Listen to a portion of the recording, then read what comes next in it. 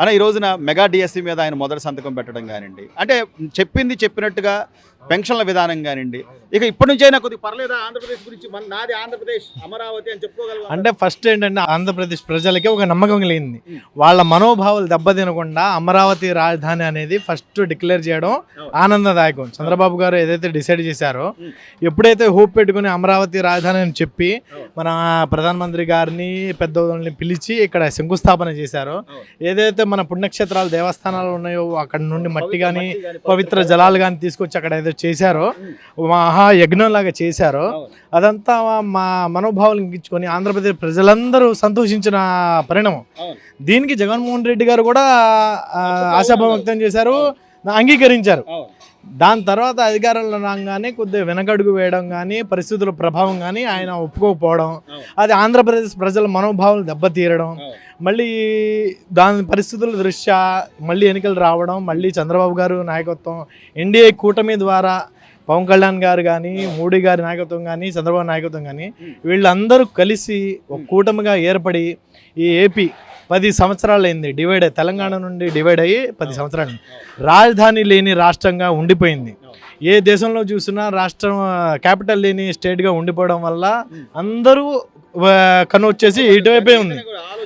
Capital లేని స్టేట్గా ఉండిపోయింది. ఆ మచ్చని తీరని మచ్చగా అట్లానే ఉండిపోయింది. చంద్రుల్లో మచ్చ ఎలా ఉంటుందో ఆ మచ్చ ఉండిపోయింది.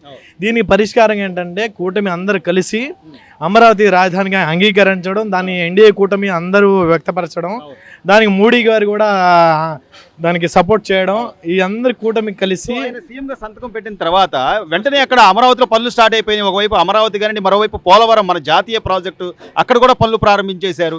మరి ఎందుకు సార్ జగన్మోహన్ రెడ్డి గారిని, ఆయన యువకుడు, ఆయన ఏదో చేస్తాడని నమ్మి 151 సీట్లు ఇచ్చినప్పుడు ఎందుకు ఆయన అంత ఇదిగా దాన్ని తీసుకున్నారు? జనాలు చాలా బాగా నమ్మారండి. ఫస్ట్ రాజశేఖర రెడ్డి గారి ద్వారా ఆయన బాగా హోప్ పెట్టుకున్నారు. మెయిన్ ఏంటంటే రాష్ట్రం విడిపోయినప్పుడు రాష్ట్రం క్యాపిటల్ లేని రాష్ట్రంగా ఉండిపోయింది.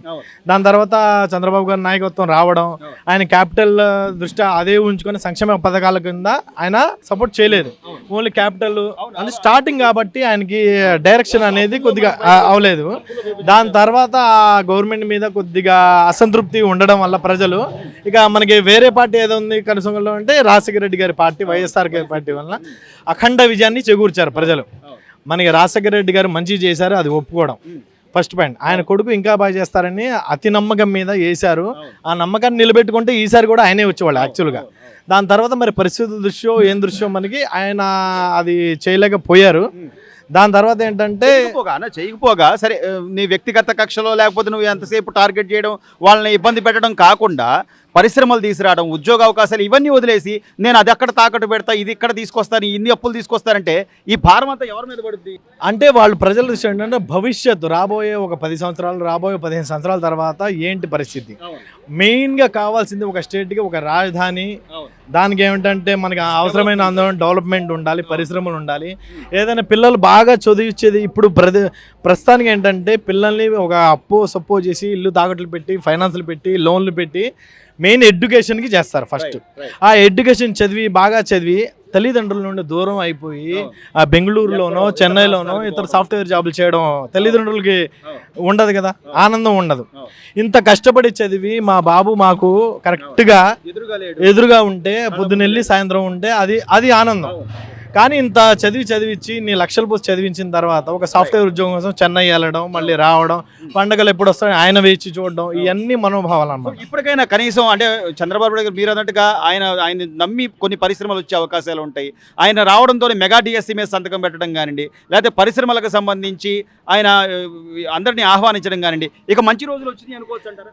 ముందుగా ఆయన ఈ ప్రభుత్వం రాకముందే కొన్ని సత్వర పరిష్కారాలు ఏదైతే ఉన్నాయో, ప్రజలు దేనికైతే ఇబ్బంది పడుతున్నారో టీచర్లు చేసి వాళ్ళు యాక్చువల్గా గవర్నమెంట్ జాబ్ రావాలంటే సర్టన్ ఏజ్ లిమిట్ ఉంటుంది. ఆ ఏజ్ లిమిట్తోనే వాళ్ళకి జాబులు వస్తుంది. 1 సంవత్సరం ఇటైనా 6 నెలలు ఇటైనా గవర్నమెంట్ జాబ్ అనేది రాదు.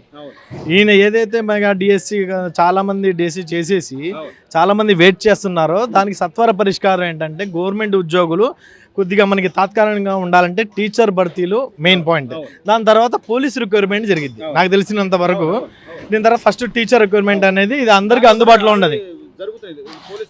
దీని తర్వాత పోలీస్ రిక్రూట్మెంట్ జరిగే అవకాశం ఉంటుంది. మెయిన్ ఈ టీచర్ భర్తీ పోస్టులు మీద ఏంటంటే మెయిన్ లేడీస్ ఒకటి ఫాలోయింగ్ ఉంటుంది. ఆ టీచర్ భర్తీ పోస్టులు వాడడం ఏంటంటే ఎంతో కష్టం కృషితోనే ఆ సబ్జెక్ట్ సెలెక్ట్ చేసుకుని టీచర్ ఉద్దేశంతోనే ఉంటుంది. అలాంటి వాటిని ఆయన మొదటి సంతకం చేయడం, దాని తర్వాత ఇంకోటి ల్యాండ్ టైటిలింగ్ యాక్ట్ అనేది ఒకటి ఉండేది. దీని తర్వాత తీవ్ర వ్యతిరేకత అనేది ఒకటి వచ్చింది. అది తెలుసో తెలియకో జనాలకు నెగిటివ్ వెళ్ళిందో ఏం వెళ్ళిందో. దాని తర్వాత ఆయన లాయర్లు కూడా యాక్చువల్గా ధర్నా చేశారు ఇక్కడ మన బెజవాడ సెంటర్లో.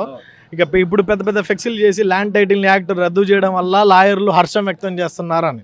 యాక్చువల్గా ఈ యాక్ట్లు మన సెక్షన్ల ప్రకారం సామాన్య మానవులకు తెలియదు, తెలుసుకోవాల్సిన అవసరం కూడా లేదు. యాక్చువల్గా కొద్దిగా ఎడ్యుకేటెడ్ పర్సన్ తెలిసిన కొంతమంది వాళ్ళ పేర్లు రాసి వాళ్ళ ఇప్పుడు ఎడ్యుకేటెడ్ పర్సన్ తెలిసినా కూడా వాళ్ళకి ఏం చేయాలి, నెక్స్ట్ స్టెప్ ఏం చేయాలి, దీన్ని ఎలా రద్దు చేయాలి అనేది వాళ్ళకి అంత టైం ఉండదు, జాబ్ చేసినంత ఫెసిలిటీ కూడా ఉంది. దీనికి కరెక్ట్గా సమాధానం చేసేవాళ్ళు పోలీసుల వాళ్ళకైనా దేనికైనా లాయర్లే కరెక్ట్గా సెక్షన్ల ప్రకారం తెలిసేది. దీని ద్వారా ఏంటంటే లాయర్లే కూడా ధర్నా చేశారు ఈ ల్యాండ్ టైటిలింగ్ యాక్ట్. అంటే అప్పుడే తెలుసుకోవాలి మనం ఈ ల్యాండ్ టైటిలింగ్ యాక్ట్ అనేది ఎంత మనకి ప్రమాదకరం అనేది వాళ్ళకి అర్థమైంది. ఇది చాలా వరకు ఎన్డీఏ కూటమి ప్రజల దగ్గర తీసుకెళ్ళింది. దాని తర్వాత ఆయన మాట ప్రకారం ఈ ల్యాండ్ టైటిలింగ్ యాక్ట్ మనం అధికారులను రాగానే రద్దు చేశారు. అదొకటి. మెయిన్ ఇంకోటి ఏంటంటే వితంతువులకి 45 సంవత్సరాలు దాటిన మహిళలకి ఏదైతే పెన్షన్ ఇస్తా అన్నారో అది పెంచడం ఒకేసారి ఆయన సంక్షేమం చేయడం. ఆయన కూడా జగన్మోహన్ రెడ్డి గారు 3,000 పెన్షన్ ఇస్తా అన్నారు, కాకపోతే దశల వారికి ఇవ్వడం వల్లే కొద్దిగా మనస్తాపం చెందారు. ఆయన ఇచ్చిన 4 నెలల్లో 3,000 చేశారు.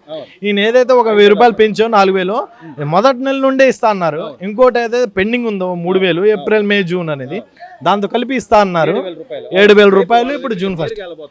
ఇంకోటి ఏంటంటే వాలంటరీ వ్యవస్థని రద్దు చేయను, మీరు వాలంటరీ వాళ్ళు ఎవరు మనస్తాపం చేద్దాం అని ముందు మాట ఇచ్చారు. అదే విధంగా జరుగుతుంది.